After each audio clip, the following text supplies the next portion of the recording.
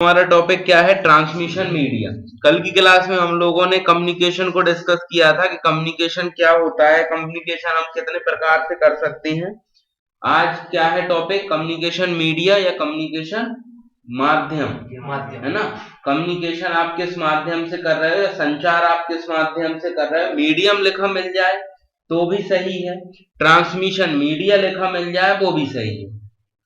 Media का मतलब भी वही है, माध्यम का मतलब भी आपका वही होता है। ट्रांसमिशन का मतलब क्या है? ट्रांसमिशन का मतलब ये है कि जब आप एक स्थान से दूसरे स्थान पर कोई जानकारी भेज रहे हो वो क्या कहलाएगा? ट्रांसमिशन। अब मीडिया का मतलब क्या है?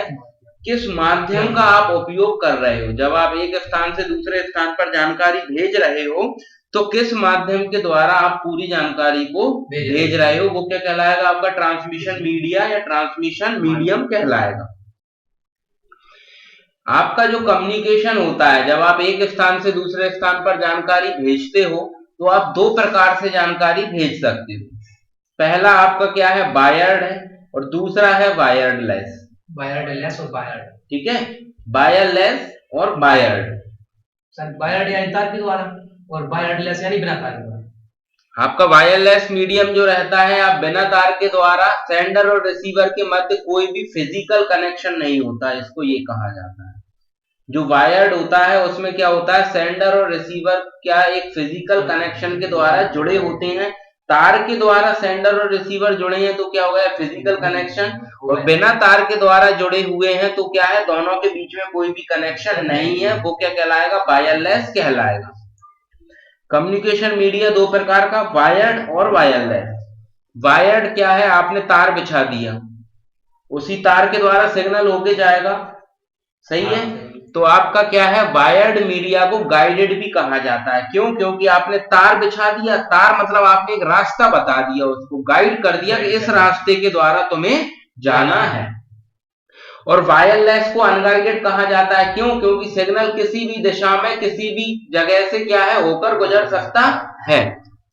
वायर्ड आपका तीन प्रकार का होता है और वायरलेस मीडिया, वायरलेस कम्युनिकेशन भी आपका क्या है? तीन प्रकार से होता है। वायर्ड की बात करते हैं पहले हम। वायर्ड में आपकी तीन प्रकार की केबल, तार के द्वारा कम्युनिकेशन होगा वायर्ड, तो तीन प्रकार की केबल का उपयोग किया जाता है। Coaxial cable, twisted pair cable, optical fibre cable. इधर उधर सीक्वेंस हो जाए उससे आपको कोई मतलब नहीं है, लेकिन तीन प्रकार की केबल क्या? कोएक्सियल, ट्विस्टेड पेयर और ऑप्टिकल फाइबर केबल। आपका जो वायरलेस कम्युनिकेशन होता है वो भी तीन प्रकार से कराया जाता है। कौन सा? रेडियो वेव, माइक्रोवेव और इंफ्रारेड वेव। इंफ्रारेड। अब हम आते हैं वायर्ड मीडिया पे, या वायर्ड के द्वारा हम कैसे कम्युनिकेशन करते हैं। वायर्ड कम्युनिकेशन पे आते हैं, वह मीडिया जिसमें दो डिवाइसों के मध्य क्या? फिजिकल कनेक्शन, जैसे किसके द्वारा? केबल या वायर के द्वारा होता है, उसे क्या है? हम वायर्ड ट्रांसमिशन मीडिया कहते हैं। यही मैंने आपको पहले बताया था। वायर ट्रांसमिशन मीडिया कैसा होता है? दो डिवाइसों के मध्य एक फिजिकल कनेक्शन, जुड़े हैं मतलब फिजिकल कनेक्शन। आपने किसी चीज को टच किया है वो फिजिकल कनेक्शन कहलाएगा। ठीक है। आपका इसको क्या कहा जाता है? गाइडेड के नाम से भी जाना जाता है। अब गाइडेड मीडिया या वायर्ड मीडिया आपका तीन प्रकार का होता है, कोएक्सियल, ट्विस्टेड पेयर और ऑप्टिकल फाइबर केबल। सबसे पहले नंबर पे हमारा केबल कौन सा है? Coaxial cable. कोएक्सियल केबल आप लोगों ने देखी होगी कि नहीं देखी है? कोएक्सियल केबल होती है आपका डिक्स का तार, जो आप टीवी में उपयोग करते हो डीटीएच से सिग्नल रिसीव करने के लिए, या कोई भी ब्लैक कलर वाला जो केबल, ब्लैक या व्हाइट बोल लो, आजकल व्हाइट भी आने लगी है। तो जो आप टीवी के लिए, टीवी में सिग्नल लाने के लिए जिस केबल का उपयोग करते हो वो क्या कहलाती है? आपकी कोएक्सियल केबल कहलाती है। अब मैं इसकी संरचना की बात करूं तो संरचना आपको क्या है? मैं ऊपर वाले एरिया से बता रहा हूं। आपका मैं ब्लैक केबल मानूं, ब्लैक केबल है आपकी। ब्लैक केबल पे जो ऊपर काले कलर की कोटिंग चढ़ी हुई है वो होती है प्लास्टिक जैकेट। उस प्लास्टिक जैकेट को आप जैसे ही हटाओगे तो अंदर आपको एक तार की बुनाई मिलेगी। हाँ सर, तार बुने हुए मिलते हैं, उसको कहा जाता है मेटल शील्डिंग। मेटल शील्डिंग, ठीक है, उस शील्डिंग को भी हटाओगे तो अंदर आएगा एक डाइलेक्ट्रिक।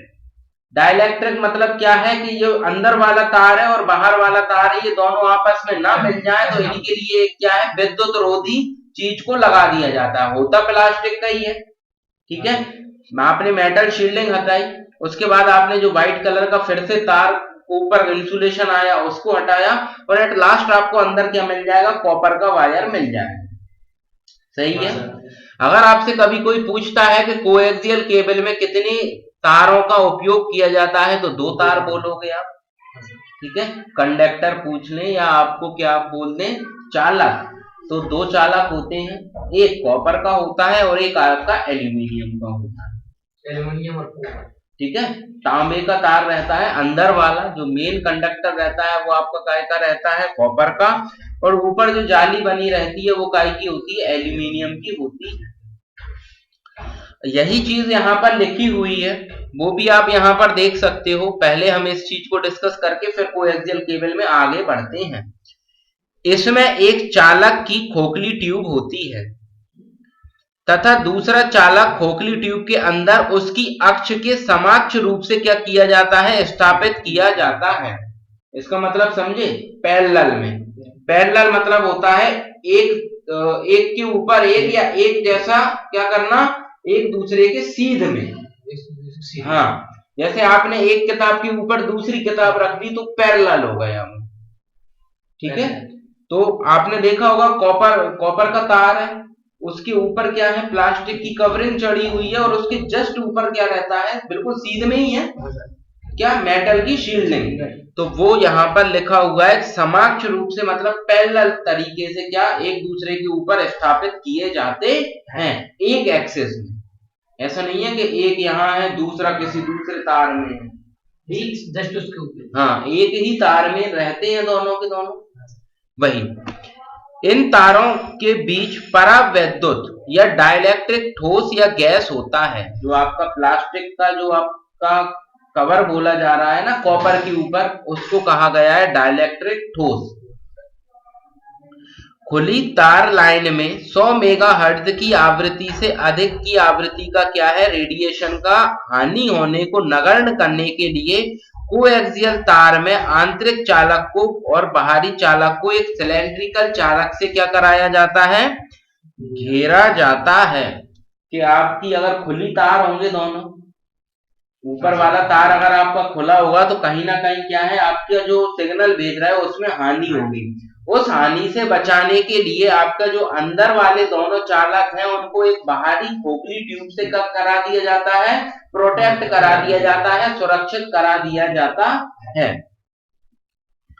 कोएक्सियल का मुख्य लाभ यह है कि मैग्नेटिक तथा इलेक्ट्रिकल फील्ड बाहरी चालक के अंदर ही बने रहते हैं तथा मुक्त स्पेस में लीक होने नहीं हो पाते। मतलब चालक के अंदर जो भी विद्युत क्षेत्र बन रहा है या चुंबकीय क्षेत्र बन रहा है वो किसके अंदर बना रहता है, केबल के अंदर ही बना रहता है, और बाहर क्या नहीं हो पाता है, लीक नहीं हो पाता है, जिसके कारण विकिरण पूर्ण रूप से क्या है, समाप्त हो जाता है। आपका रेडिएशन का कहीं पे भी लॉस नहीं हो पाता है।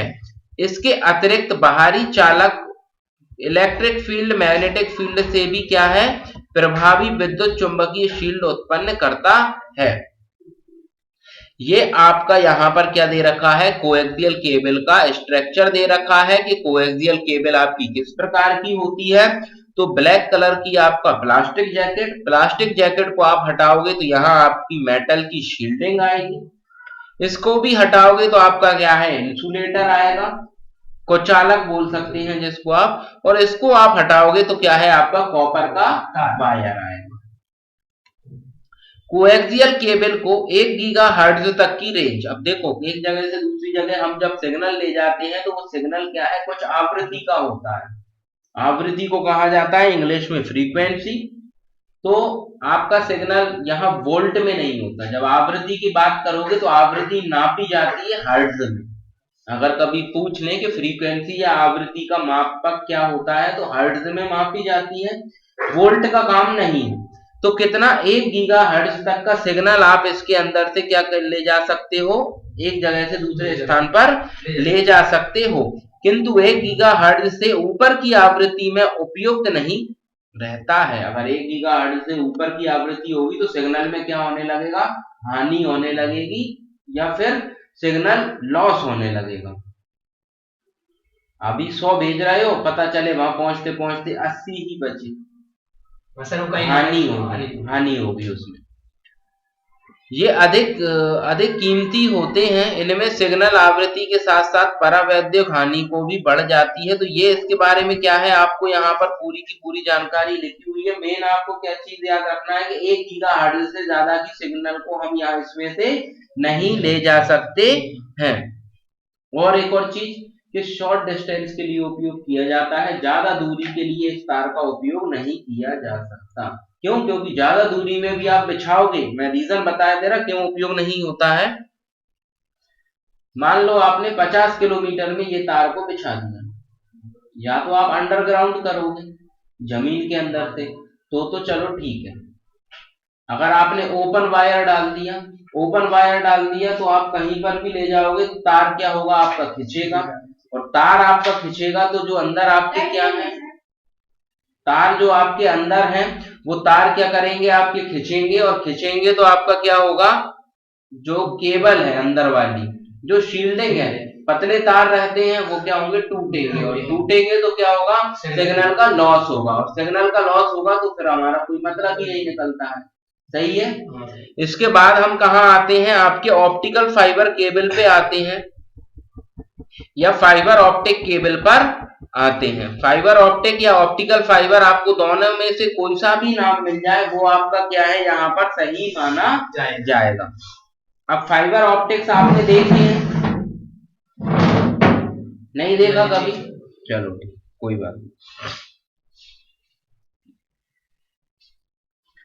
दीपावली के समय या फिर आपका किसी और टाइम पे आपने देखा हो कि एक शो पीस आइटम आता है। कैसा शो पीस आइटम, कि उसमें बहुत सारे प्लास्टिक के तार निकले रहते हैं, नीचे उसमें बल्ब जला रहता है और वो प्लास्टिक के तार के कॉर्नर चमकते रहते हैं।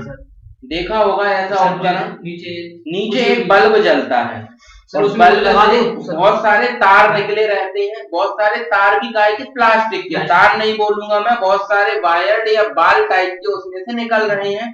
और आप कॉर्नर्स को देखोगे तो वहां पर आपको क्या दिखेगी, लाइट चमकती हुई सी दिखेगी, चमकते हैं, मतलब वो तार क्या कर रहा है, या वो प्लास्टिक का वायर क्या कर रहा है, नीचे से लाइट को ले जाकर कहां दिखा रहा है, आपको ऊपर। सही है। वही होती है आपकी optical fibre cable. Optical fibre cable आपकी ऐसी केबल होती है, सबसे पहले हम बात करें कि बनी काय की होती है, तो ऑप्टिकल फाइबर केबल आपकी गिलास या प्लास्टिक की बनी होती है।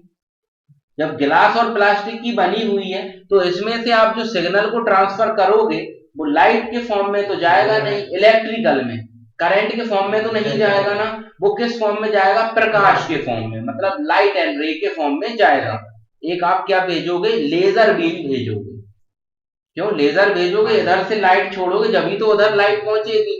हाँ, उस लाइट को एनकोड और डिकोड किया जाता है। क्यों? क्योंकि हम तो भाई इलेक्ट्रिकल सिग्नल को समझते हैं या डिजिटल को समझते हैं, तो डिजिटल सिग्नल को पहले काय में कन्वर्ट कराया जाएगा, प्रकाशीय सिग्नल में, और फिर उसको केबल के द्वारा भेज दिया जाएगा, और दूसरी जगह पर क्या है, प्रकाश को वापस से क्या करा लिया जाएगा, डिजिटल में डिकोड करा लिया जाएगा। सही है।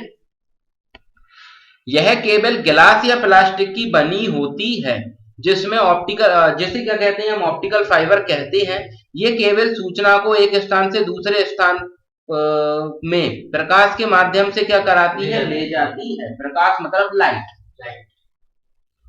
ये केबल लंबी दूरी के लिए डिजाइन की जाती हैं। जब एक प्रकाश पुंज, अब यहां से आता है इसका प्रिंसिपल, क्या सिद्धांत, जब एक प्रकाश पुंज का मतलब क्या है, लाइट रे, मतलब लेजर लाइट। ठीक है। जब एक प्रकाश पुंज किसी पारदर्शी छड़ के एक सिरे पर एक निश्चित दिशा में क्या करता है, प्रवेश करता है, एक छड़ के कॉर्नर पे एक प्रकाश पुंज को क्या करा रहे हैं, हम डाल रहे हैं, तो प्रकाश पुंज छड़ की सतह पर अनेक बार क्या होता है, पूर्ण आंतरिक परावर्तन होता है तथा प्रकाश पुंज छड़ के अंदर ही बना रहता है। पूर्ण आंतरिक परावर्तन का मतलब क्या होता है, मैं आपको बता देता हूं। यहाँ पे कांच का क्या है, कांच का कंडक्टर है, लाइट रे छोड़ोगे बाहर जाएगा कांच में से, सही है, कांच में से आपका बाहर जाएगा। पर लाइट रे इस एंगल से छोड़ी जाती है वहां पर कि जो प्रकाश पुंज है वो छड़ के या उस गिलास की केबल के बाहर ना जा पाए, उसी के अंदर बार बार क्या होता रहे, रिफ्लेक्ट होता रहे। ठीक है, रिफ्लेक्ट का मतलब क्या है, एक कॉर्नर से टकराया दूसरे से टकराया तीसरे से, रिफ्लेक्ट होता जाएगा आपका और दूसरे कॉर्नर पे आपको मिल जाएगा। इस प्रकार अनेक बार पूर्ण आंतरिक परावर्तित होते हुए प्रकाश पुंज क्या है, दूसरी सतह से निकल जाता है या आपको दूसरी सतह पर क्या हो जाता है, सिग्नल मिल जाता है। अगर आपसे कभी भी पूछा जाता है एग्जाम में कि ऑप्टिकल फाइबर केबल का सिद्धांत क्या होता है, तो सिद्धांत आपको ध्यान रखना है पूर्ण आंतरिक परावर्तन। इसको इंग्लिश में कहा जाता है टोटल इंटरनल रिफ्लेक्शन। ठीक है, इंग्लिश में टोटल इंटरनल रिफ्लेक्शन और हिंदी में पूर्ण आंतरिक परावर्तन। ऑप्टिकल फाइबर केबल बनी काय की रहती है, ग्लास या प्लास्टिक की। दूसरी चीज, लॉन्ग डिस्टेंस कम्युनिकेशन के लिए, लंबी दूरी के कम्युनिकेशन के लिए आपकी किस प्रकार की केबल का उपयोग कराया जाता है, तो वो भी आपकी कौन सी है, ऑप्टिकल फाइबर केबल। हाँ, प्राइस के तौर पे बात करो, पैसे से संबंधित अगर आप बात करो तो सबसे ज्यादा महंगी आज के समय में केबल से अगर ट्रांसमिशन कर रहे हो तो यही है। और सबसे ज्यादा यूज मोबाइल कम्युनिकेशन में बोले हम, मोबाइल कम्युनिकेशन ही बोले हम, तो मोबाइल कम्युनिकेशन में सबसे ज्यादा उपयोग होने वाली केबल भी आपकी यही है। क्योंकि जब आप एक सिटी से दूसरी सिटी को जोड़ते हो तो आप क्या है, तार के द्वारा भी जोड़ते हो और बिना तार के द्वारा भी जोड़ते हो। तो आप जो तार के द्वारा जोड़ोगे तो ऑप्टिकल फाइबर केबल का ही क्या कराया जाएगा, उपयोग कराया जाएगा। इस केबल को आप क्या है, लंबी दूरी के लिए डिजाइन कराया गया है कि आप लंबी दूरी के लिए एक जगह से दूसरे स्थान पर क्या भेज दो, सिग्नलों को भेज, हाँ या ना।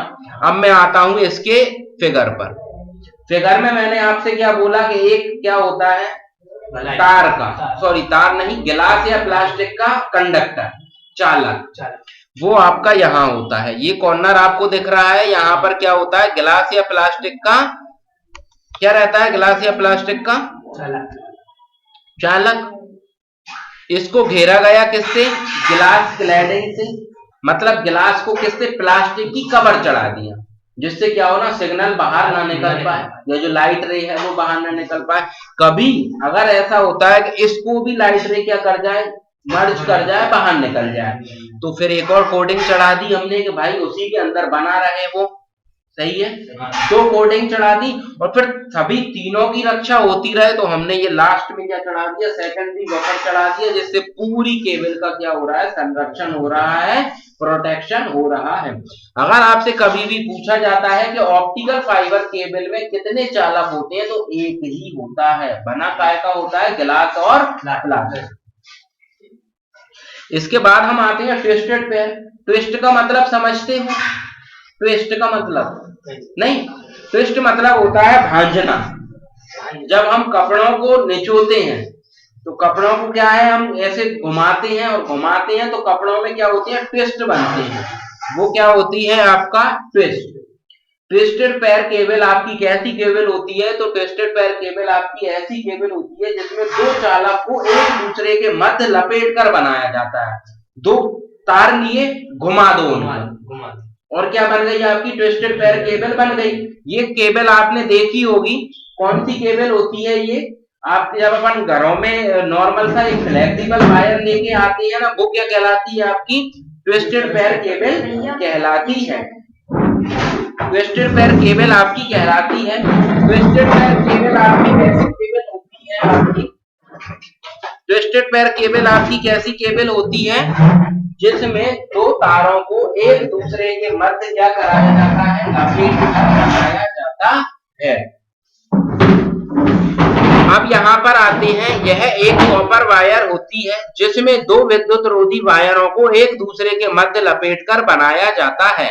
लपेट कर बनाए जाने से दोनों वायरों के सिग्नलों में कोई रुकावट नहीं आती है।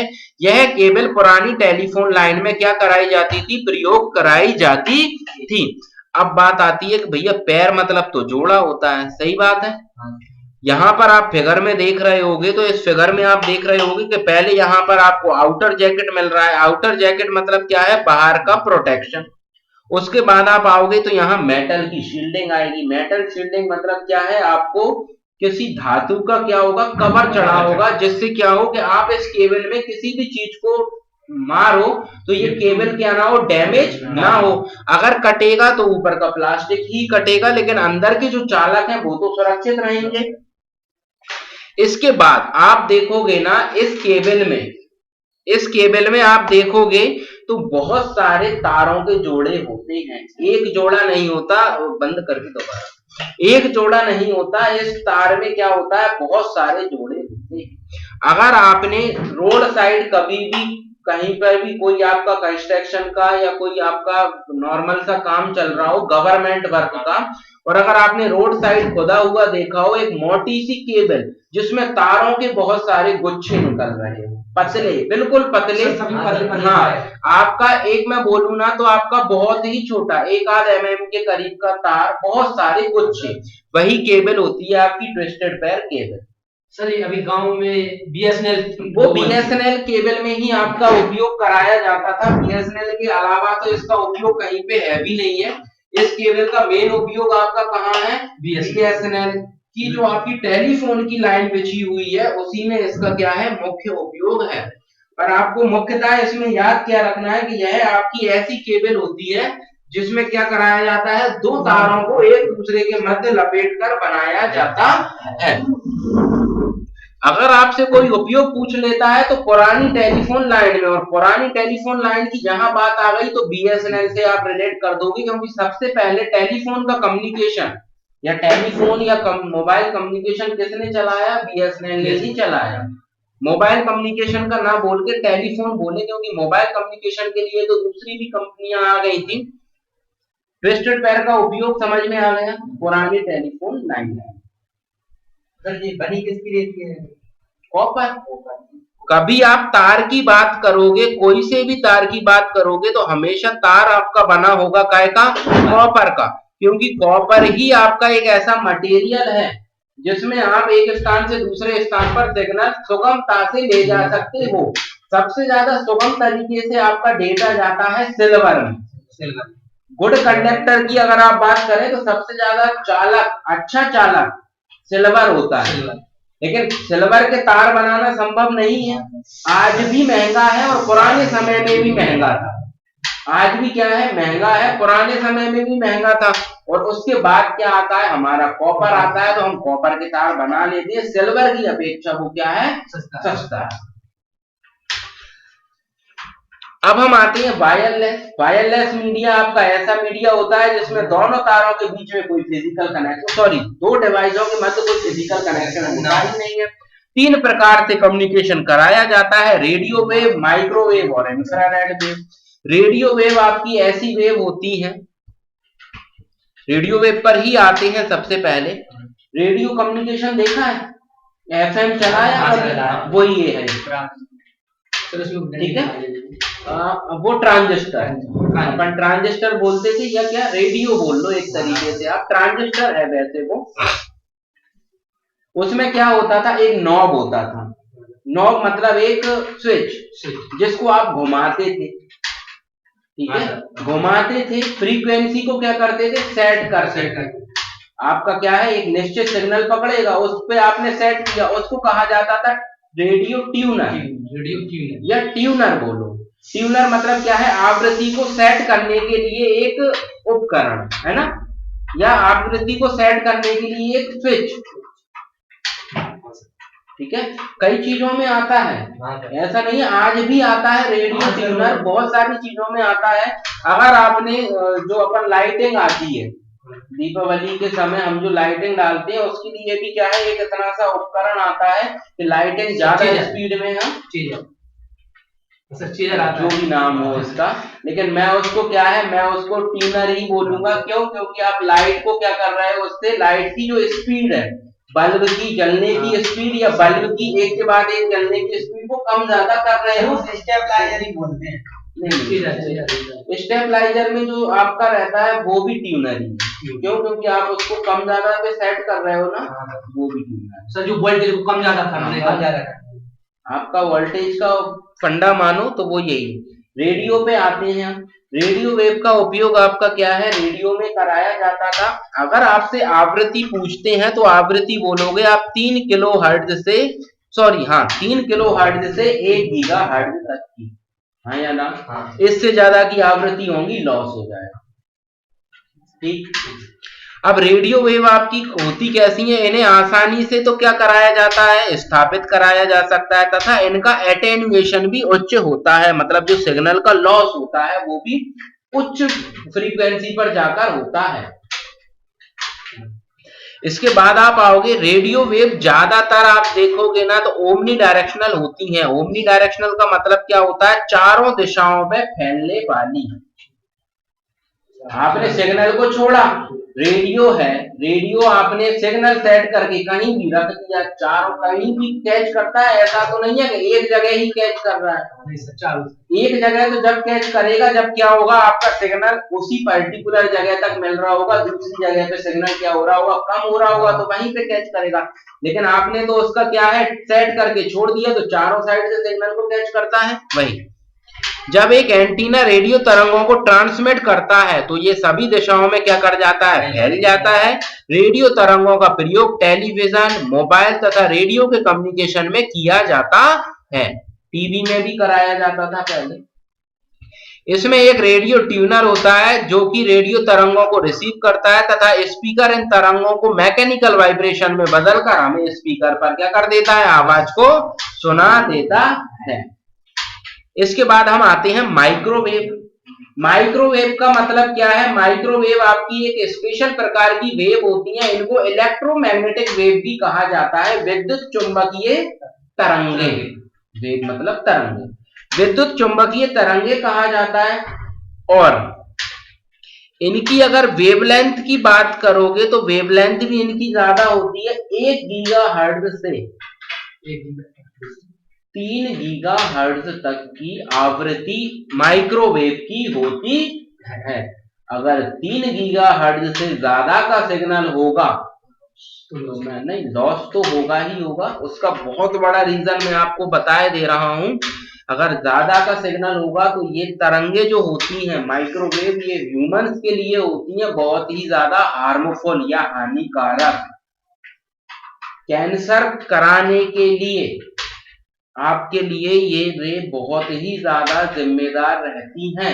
इसीलिए अगर आपने कभी भी सुना हो कि लोग बोलते हैं कि टावर के कांटेक्ट में, या आपका घर अगर टावर के कांटेक्ट में है तो क्या है, एक रेंज होती है, अगर आपका टावर के पास में ज्यादा है तो आपको क्या है, कैंसर होने के चांसेस ज्यादा रहेंगे।